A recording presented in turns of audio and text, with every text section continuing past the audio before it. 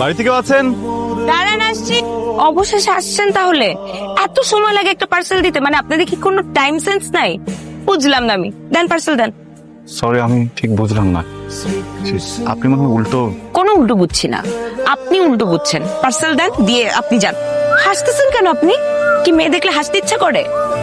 Parcel দেন, দিয়ে আপনি আপনার রাস্তা মাপেন। জি, আমি পার্সেলটা এতবার চেয়েছেন আমি দিয়ে দিতাম, কিন্তু আনফরচুনেটলি আমি ডেলিভারি ম্যান না। তাহলে আপনি এখানে কাকে চান? জিতু।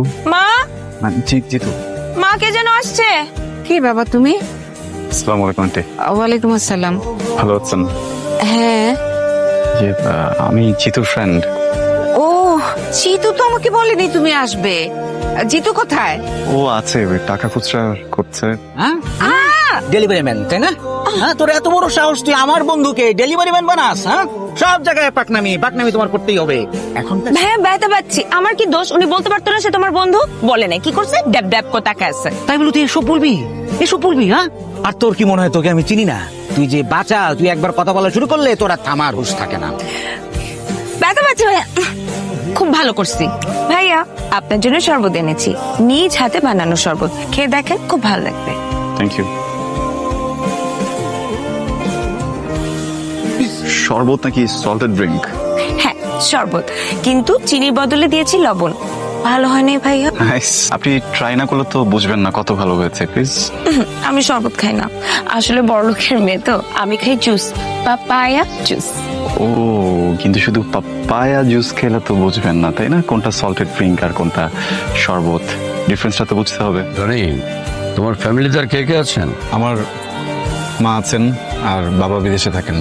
বিদেশে কোথায় থাকেন? পার্থ, অস্ট্রেলিয়া। আর তোমরা কয় ভাই বোন? সেখানকার আমি একা। এই, ওর ক্লাসে পানি নেই, পানি দিয়ে যা। ভাইয়া পানি দি। না না না না, পানি না, পানি আধা ঘন্টা পর্যন্ত পানি খেতে হয় না, খাওয়ার পরে ডাইজেশনের প্রবলেম হয়। আমি খাবো না, নিজে নিয়ে খাবো। বাবা, এখনো ঘুম ভাঙে নাই? এই যে ঘুম ভাঙলো। আপনি জানেন, আপনি যদি মেহমান না হতেন, মা আপনাকে আজকে নবাব সিরাজউদ্দৌলা বলতো।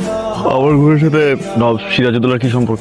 যারা দেরিতে ঘুম থেকে ওঠে, মা তাদেরকে নবাব সিরাজউদ্দৌলা বলে ডাকে। তো আমি যতটুকু জানি নবাব সিরাজউদ্দৌলা তো অলস ছিলেন না। আমি এত কিছু জানি না, মা আমাকে মাঝে মধ্যে ডাকে, তাই বললাম। আপনার নাস্তা। পরোটাতে দুধ চা, এটা তো আমার অনেক প্রিয়। অনেক মজা হচ্ছে। কে রান্না করছে? লবণের পরিমাণ দেখে বুঝে গেছি, আর যে করুক আপনি করেননি। ভাই, আপনার সাথে আমার ফার্স্ট ইমপ্রেশন এত বাজে। আপনি